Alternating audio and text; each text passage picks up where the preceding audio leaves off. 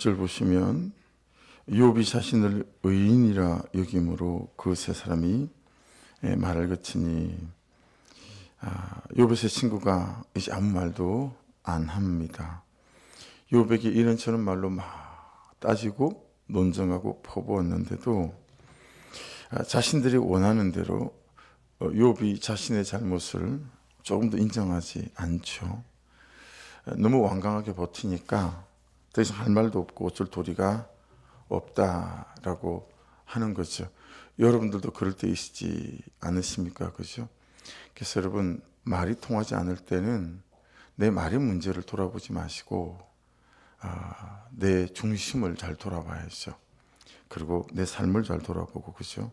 자, 이제 그랬더니 한 사람이 등장합니다. 엘리후라고 하는 사람입니다. 이 절을 보시면 람 종족 부스 사람 바락의 아들 엘리후가 화를 내니, 이 람이라는 뜻 자체부터 높다 뭐 이런 뜻을 갖고 있는데, 그가 욥에게 화를 내면 욥이 하나님보다 자기가 의롭다 하며, 여러분 말씀을 쭉 살펴보셨지만 욥이 하나님보다 자기가 의롭다라고 말한 대목은 없어요. 그렇죠? 그래서 그렇게 말했다기보다 하나님 앞에서 내가 나쁜 짓 한 게 없다, 내가 의롭게 살았다, 그 뜻이 더 부합한 뜻이 될 수 있겠죠. 그가 욥에게 화를 내면 욥이 하나님도 자기를 의롭다 하며 또 세 친구에도 화를 내요. 욥에게도 화를 내고 세 친구에도 화를 내는데 그들이 능히 대답하지 못하면서도 욥을 정죄했다라고 하는 것입니다. 그러니까 하나님 앞에서 자기를 의롭다고 말하는 욥도 참을 수가 없고, 또 욥의 말에 변변한 대답도 못 꺼내놓고 욥의 잘못을 인정하지도 입증하지도 못하면서 막 정죄만 하는 욥의 세 친구도 너무 못마땅한 거예요. 그런데 왜 가만히 있었냐면 4절 5절 보시면 엘리후는 그들의 나이가 자기보다 여러 해 위이므로 욥에게 말하기를 참고 있다가, 욥의 친구들의 나이가 다 들은 사람들이라면 엘리후는 젊은 사람이에요. 그래서 요즘도 아니고 여러분, 그 옛날 시대니까, 고대 시대니까 차마 젊은 사람이 어른들의 말에 툭 끼어들 수가 없었다라고 하는 것입니다. 근데 너무너무 하고 싶은 말들이 있었던 거죠. 그렇지만 나이도 어리고 하니까 말할 기회를 노리고 있었다라고 하는 거죠. 그런데 마침 욥의 세 친구들이 이제 더 말하는 것에, 논쟁하는 것에 지친 것을 보고 이제 참아왔던 분노를 엘리후가 터뜨리는 겁니다. 여러분, 저는 보면서 참 엘리후가 굉장히 우리와 많이 닮아 있다라고 깨달아져요. 우리는 그렇게 남편이나 아내나 또는 부모나 자식이나 또는 친구나 상사나 또는 동료나 누구들에 대하여 그렇게 할 말이 많잖아요. 그죠? 그리고 사실은 말도 많이 합니다. 엘리후를 닮아 있는 우리의 전제는 항상 내가 좀 옳다는 마음이 있는 것 같아요. 그리고 나만한 사람이 없다라는 착각도 항상 하며 살아가는 것 같습니다. 그러다 보니까 되게 못마땅한 게 많아요. 그 사람의 말하는 거나 그 사람의 태도나 그 사람의 은행 심사가 항상 부적절해 보이고, 왜 저렇게 하는 거지? 이런 것들이 항상 우리 가운데 있는 거죠. 그래서 자기 하는 태도들이나 일처리가 잘못하는 것처럼 보이고, 그래서 우리 마음에는 항상 이건 이래야 되는 거고 저건 저래야 되는 건데, 이런 이제 나만의 기준들을 갖고 있는 거죠. 이런 기준들이 항상 다른 사람을 정죄하거나 옳고 그름으로 판단하는 그런 기준이 되는 것 아니겠습니까? 그렇죠?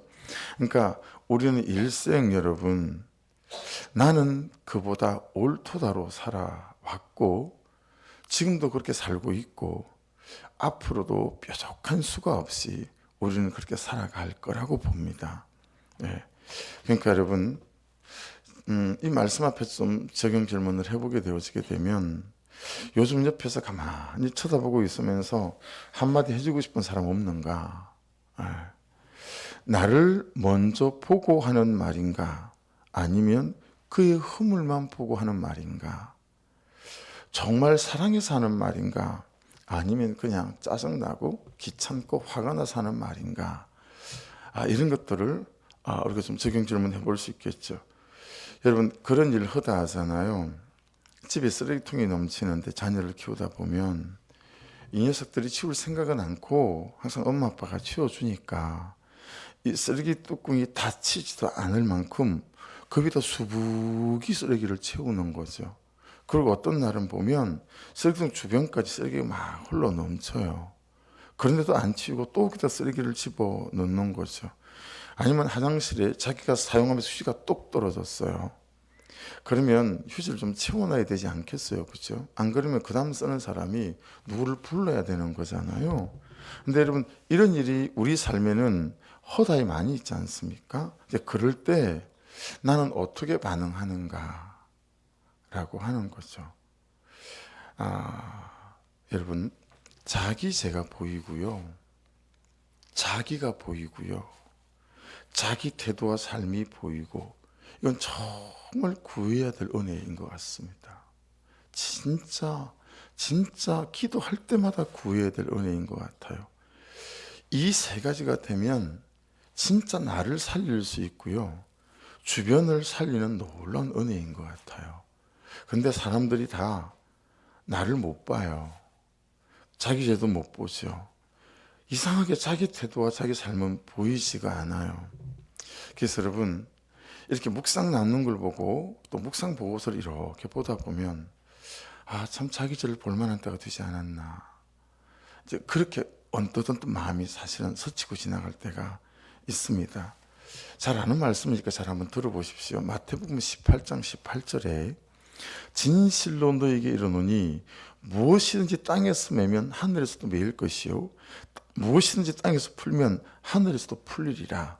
이 말씀 바로 밑에 19절과 20절이 뭔 말씀이냐면, 진실로 다시 너에게 이르노니 너희 중에 두 사람이 땅에서 합심하여 무엇이든지 구하면 하늘에 계신 내 아버지께서 그들을 위하여 이루게 하시리라. 두세 사람이 내 이름으로 모인 그들 중에 내가 함께 있다. 이거 기도에 대해서 말씀하시는 거예요. 그러니까 우리가 두세 사람이 연합해서 같은 마음 품고 기도하면 풀린다는 거예요. 열린다라는 거예요. 기도에 대해서 말씀하신 거거든요. 우리 오늘부터 이제 릴레이 금식을 또 시작하지 않습니까? 금요일까지 하는데 이런 말씀들을 우리가 붙잡는 것이요, 이걸 기도라는 열쇠를 말하는 거예요. 이 기도라는 열쇠를 주셨으니 이 기도라는 열쇠를 항상 차고 다녀야 되겠죠. 항상 써야 되겠죠. 여러분 기억하셔야 돼요. 열쇠가 있어요, 우리한테.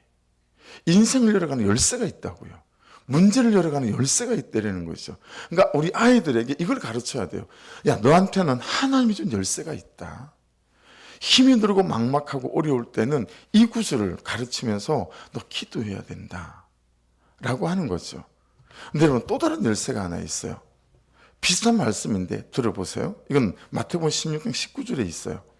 내가 천국 열쇠를 내게 주리니 땅에서 무엇이든지, 이게 무엇이든지가 들어가요. 무엇이든지 매면 하늘에서도 매일 것이요 내가 땅에서 무엇이든지 풀면 하늘에서 풀리리라 하시고, 이 말씀은 언제 하신 말씀이죠? 빌립보 가이사라에서 예수님이 제자들에게 야, 사람들이 나보고 누구라고 하디? 막 말하잖아요. 됐고, 그럼 너한테 나는 누구니? 라고 물었을 때 베드로가 16장 16절에서 주는 그리스도 살아계신 하나님의 아들이십니다 라는 믿음의 고백을 하고 난 다음에 주님께서 말씀하신 게, 야, 네가 땅에서 매면 하늘에서 매이고 그 땅에서 풀면 하늘에서 풀릴 거다, 그렇게 말씀하시잖아요. 이건 무슨 열쇠죠? 믿음이라는 열쇠예요. 내가 예수를 어떻게 믿느냐라고 하는, 그러니까 기도라는 열쇠가 하나 주어졌죠. 두 번째, 믿음이라는 열쇠가 주어진 거예요. 이걸 가지고 다니면서 인생 가운데서 쓰려는 거죠. 여러분, 우리한테 열쇠를 준 거예요. 아파트 열쇠가 아니라 별로 안 좋아하시는 것 같긴 한데 어쨌든 믿음이라는 열쇠를 주신 거죠. 여러분, 근데 또 하나의 열쇠가 있다는 걸 큐티하고 난 뒤에 깨닫게 됐죠. 이 놀라운 열쇠. 관계를 풀어가고 그리고 내 인생을 풀어가는, 삶을 풀어가는 놀라운 열쇠. 그게 창세기 38장 26절에 있어요. 유다가 그것들을 알아보고 이르되 그는 나보다 옳도다. 그래서 이름을 붙여봤어요. 그나올 열쇠. 한 자만 따서 그는 나보다 옳도다. 그나올 열쇠. 이거 여러분 우리가 익숙해지십시다. 우리에게는 기도의 열쇠가 있고 믿음의 열쇠가 있고 그나올 열쇠가 있어요. 이거 있으면, 이 그나올 열쇠가 있으면 여러분, 저는 안 풀릴 인생이 없다라고 생각해요. 항상 내가 그는 나보다 나아. 그는 나보다 나아. 생각하는 거죠. 이게 잘 안 되거든요. 연습해야 돼요. 하루에 10번씩이라도 거울을 쳐다보고 내 남편은 나보다 나아. 내 남편은 나보다 나아. 우리가 악해서 그게 잘 안 되잖아요. 내 아내는 나보다 나아. 네. 그렇죠? 뜯어보면 다 존경할 만한 구석이 다 있어요. 그렇지 않습니까? 그래서 저는 제 아내가 제 선생님 부분이 엄청 많아요. 저는 성도들 중에서도 제 선생님 부분이 여러 분들이 있어요. 돈을 아끼는 거 보면 진짜 내 선생님이에요. 정말 하기로 한 것들, 그것들 그냥 여전한 방식으로 꾸준히 하는 분을 보면 또 제 선생님인 거예요. 참 저한테 없는, 저 부분은 진짜 나한테 선생님이다. 근데 내 주변에 주신 사람들에게 선생님인 구석은 하나도 찾아내질 않고 항상 여러분 이 엘리후처럼 이런 중심을 갖고 산다는 거죠. 여러분 이런 사람의 인생에 뭐가 열리겠어요? 이런 사람의 관계가 뭐가 열리겠어요? 항상 갈등 구조 아니겠어요? 나는 얼마나 또 괴롭겠어요. 그렇죠? 기도라는 열쇠와 믿음이라는 열쇠와 그나올이라는 이 열쇠, 이 엄청난 열쇠를 저와 여러분에게 주셨기에 여러분 현관 열쇠, 자동차 열쇠만 차고 다니지 마시고 이 세 열쇠를 오늘부터는 꼭 가지고 다니시기를 주의 이름으로 축복합니다. 6절부터는 이 엘리후의 이제 말이에요. 계속 다 엘리후의 말이에요. 그래서 여러분 큐티책 6절 위에 보면 무슨 소제목이 달렸어요? 여러분 자꾸 습관하셔야 돼요. 소제목을 다는 거. 이건 요약에 대한 소제목을 다는 거기 때문에 묵상하는 데 엄청난 도움이 돼요. 그래서 이제 큐티책 달아놓은 걸로도 여러분 잘 읽으시면 감히 내놓지 못했던 의견 이렇게 되어져 있죠. 저는 어리고요. 어르신들은 나이도 많으시고요. 경험도 많으시잖아요. 그래서 제가 입을 다물고 있었어요. 제가 어르신들 말하는데 논증에 끼어드는 게 주제 넘다 뭐 이런 생각도 사실은 좀 해서 자제했어요. 근데 말을 왜 저렇게 하지? 엘리후가 그런 생각이 드는 거예요. 조금만 기다리면 경험의 힘이 드러나겠지? 인생의 연륜의 힘들이 아마 이제 쏟아져 나올 거야. 나보다 훨씬 오래 살았으니까 훨씬 지혜로울 거야. 그런 생각을 했다는 거예요. 그런데 맹탕인 거예요. 내 생각이 틀렸네? 별거 없네? 그런 생각을 했다라고 하는 거예요.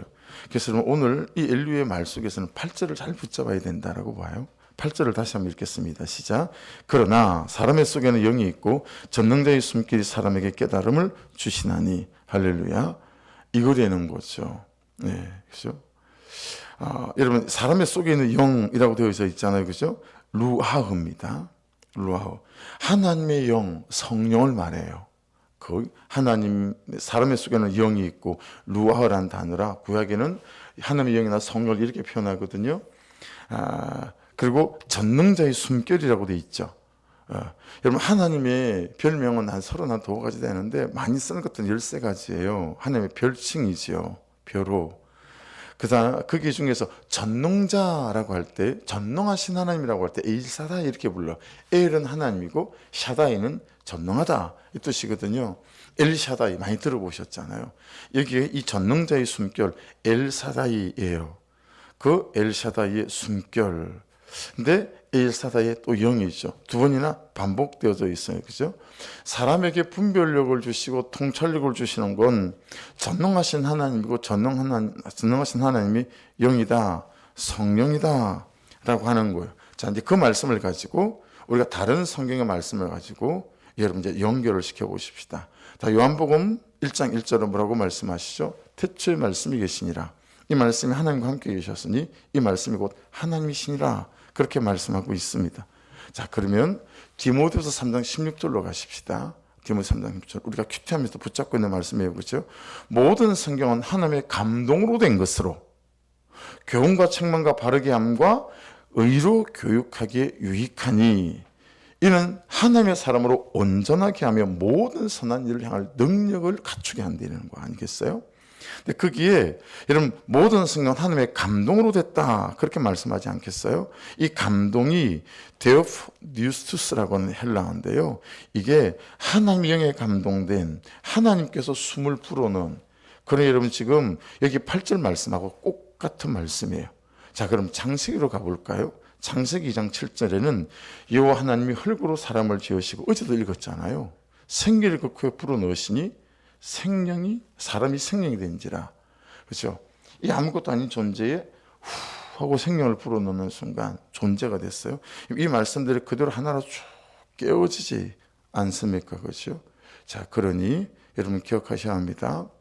말씀이 우리를 지혜롭게 하고 말씀이 우리를 인격적이게 만들고 말씀이 우리를 능력의 사람으로 분별력의 사람으로 세워가는 줄로 믿습니다. 그러니 여러분 주어진 말씀이 하나님이시기에 내 태도와 결정과 선택의 기준이 되어야 돼요. 아시겠죠? 성령께서는 이 주신 말씀을 은혜의 빛으로 조명하셔서 깨닫게 하시고 역사하게 하시는 것이기에 여러분 성령의 주도권을 항상 인정해야 해서 그러나 말씀과 성령이 있을 때 이 성령의 역사는 이 말씀을 깨닫게 하시고 이 말씀을 분별하게 하고 이 말씀이 내게 주신 말씀이나 이렇게 되게 하시는 역할의 분별이 있음을 기억하셔서 여러분 말씀이 없는 내용을 붙잡고 감동을 주셔서 이렇게 한다는 이런 말들과 신앙의 태도들을 조금씩 자꾸 깎아내셔야 됩니다. 아시겠죠? 그래야 정확합니다. 그래야 여러분 신앙생활이 정확하게 될 수 있어요. 그런데 말씀에 근거 없이 여러분 수많은 사람들이 성령의 감동이라고 말하는 것이 그냥 자기 감정일 경우가 너무 많기 때문에 이런저런 실수들이 많이 있어요. 그래서 항상 말씀을 따라가야 되는데 성령의 감동이 없이는 말씀이 깨달아지지 않아요. 그리고 회개할 수 없어요. 그래서 이 순서들을 잘 붙잡고 저와 여러분 안에 여러분 나이 관계없어요. 학벌 관계없어요. 어떤 사람 관계없어요. 우리에게 말씀을 불어넣으시고 말씀을 깨닫게 하셔서 정말 말씀의 권세와 능력을 가지고 살아가게 만드는 건 성령 하나님의 역사와 능력인 줄로 믿습니다. 절대 그런 데 주눅 드시면 안 돼요. 그래서 여러분 우리들 교회 그냥 진짜 발에 채이는 게 변호사고 발에 채이는 게 의사고 여러분 그 고학력자들과 그 대단한 직업을 갖고 있는 거기에 있는 여러분 가르치는 평원지기, 목자, 마을지기, 초원지기, 병원지기. 병원지기면요 몇천 명 되는 성도들을 케어하는. 근데 그런 권사님, 집사님들이 여상 졸업이고 고졸이고 이래요. 뭐 때문에 그렇죠? 성령 하나님의 역사와 그분의 능력이 말씀으로 우리를 인도하시고 말씀으로 우리의 인격과 우리의 태도 속에 역사하셔서 우리를 말씀의 사람이 되게 하실 때 여러분 우리의 다른 것과 관계없이 말씀으로 나를 살리고 그를 살릴 수 있기 때문인 줄로 믿습니다. 할렐루야. 이게 8절을 우리가 잘 붙잡아야 되겠다라고 하는 거예요. 17절, 18절, 19절을 같이 한번 읽어보겠습니다. 17절 먼저 읽습니다. 17절. 12절도 한번 읽어보시겠어요? 이 12절 읽어보면 엘리후에 좀 내면이 들여봐져요. 12절 보십시오. 내가 자세히 들은즉 당신들 가운데 욥을 꺾어 그의 말에 대답하는 자가 없도다. 야, 좀 그렇지 않아요? 그죠? 이 말씀을 그냥 어떤 누구를 꺾는다라는 표현을 쓰는 자체가 그죠? 참 사람이 좋아 보이다가도 갑자기 이렇게 되잖아요. 아니 지금 욥을 꺾어야 되겠어요? 이게 욥을 꺾을 문제예요? 여러분 속에 이런 거 있으시죠? 꼭 말로 그를 꺾어서 이기고 싶어하는 거. 이거 오늘 살아왔던 삶을 회개하시고 다음부터는 이렇게 안 살겠습니다라고 기도하십시오. 왜 그렇게 말로 사람을 꺾으려고 하세요? 그렇죠? 그거 아니라는 거예요. 지금 말씀이. 왜 너는 맨날 말로 그 사람을 꼭 꺾어야 되니? 그러지 말고 네 이제 봐야 돼. 뭐 그런 뜻 아니겠어요? 17절 보십시오. 같이 읽어볼게요. 시작. 나는 내 본분대로 대답하고 나도 내 의견을 보이리라. 18절. 내 속에는 말이 가득하니 내 영이 나를 압박합니다. 내 영입니다. 성령이 아닙니다. 그렇죠? 너무너무 하고 싶으면 말이 많아요.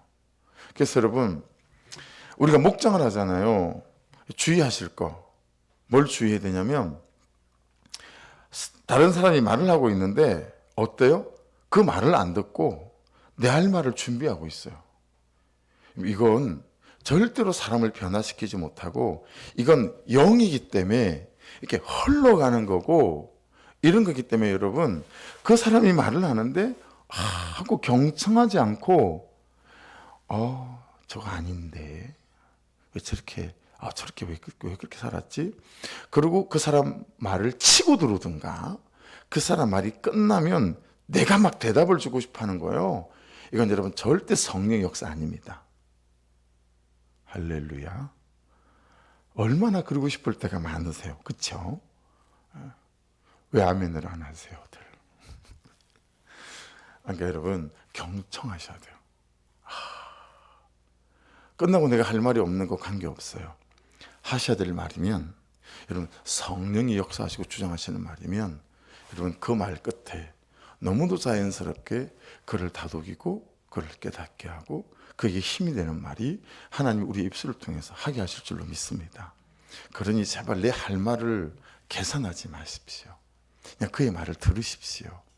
그리고 그의 말이 끝나고 나면 요때다 하고, 그건 그렇게 하면 안 되고 집사님, 여러분 이 태도를 고쳐 나가셔야 됩니다. 그래야 그 목장에서 사람을 살리지, 자꾸 그 사람의 말에 토를 달고 참견을 하시면 절대 사람을 살리고 영혼을 살리는 목장 될 수 없습니다. 그러니 그냥 무조건 듣는 거예요. 아시죠? 들으면 줘도 사람이 살아요. 그렇죠? 근데 내가 참견해서 못 살리는 거예요. 사람의 식견으로. 그러니까 지금 이 엘리후를 보면서 너무 깨닫게 되잖아요. 너무너무 하고 싶으면 내 속에 말이 가득하니 내 영이 나를 압박합니다. 저것들 그냥 이게 그게 아닌데 뭐 이런. 19절 읽어볼까요? 시작. 보라, 내 배는 봉한 포도주통 같고 트지게 된 새 가죽 부대 같구나. 여러분 엘리후가 어떤 상태인지 아시겠죠? 저 세 사람 저거 말이야, 판단나는 마음이 생기고, 또 유혹도 판단나는 마음이 생기고, 막 이게 막 가득 들어차 있는 거예요. 때때로 여러분 진짜 아닌 사람도 있죠. 진짜 따끔하게 한마디 해주고 싶은 사람도 있죠. 우리가 뭐 다 안 하고 어떻게 살겠습니까만은, 하여튼 뒷감당하시고 수습할 수 있는 심은 하십시오. 근데 뒷감당하고 수습하기가 만만치 않잖아요. 그죠? 만만치 않아요. 밥 사줘야죠. 급비 사줘야죠. 할렐루야. 그래서 돈이 많으시면 그렇게 하시고, 참 여러분, 참 제가 말씀은 드리지만 제 문제 아니겠어요?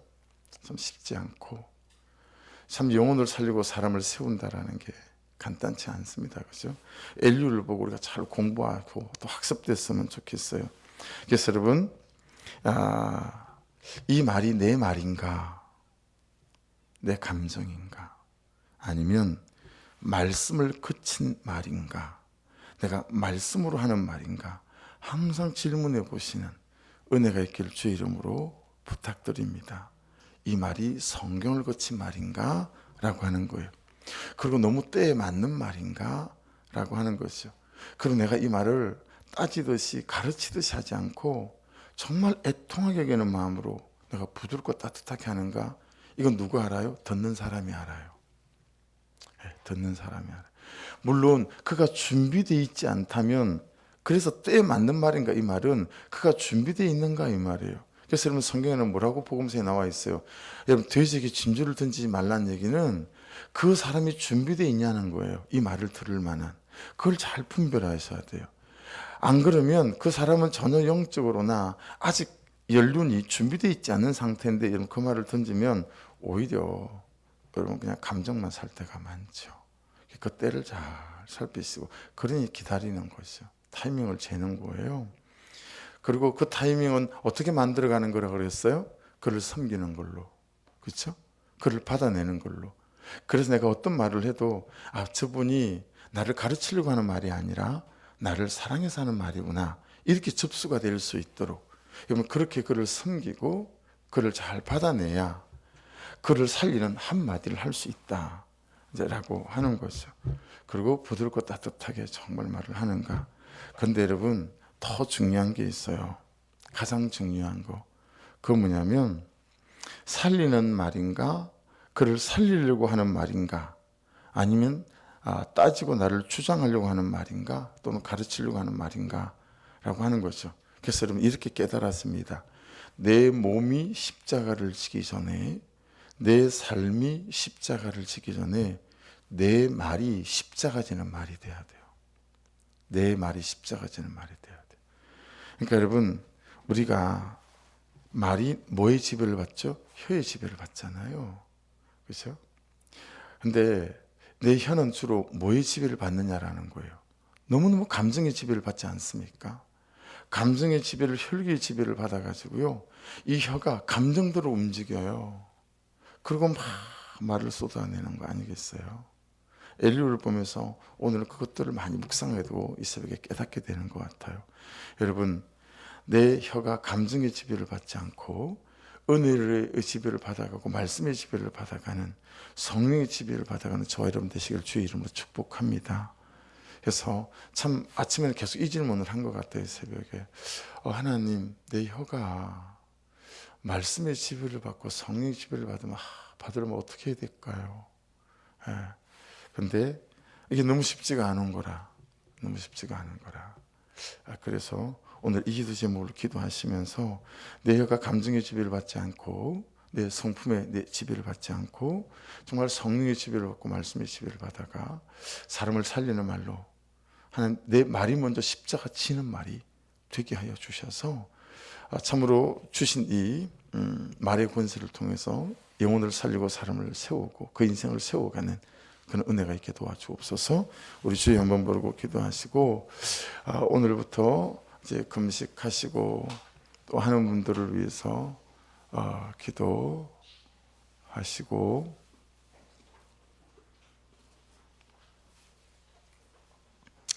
주여 한번 부르고 우리 기도 제목 올렸습니다. 금식하는 분들 같이 기도하고 주여 한번 부르고 같이 기도드리겠습니다.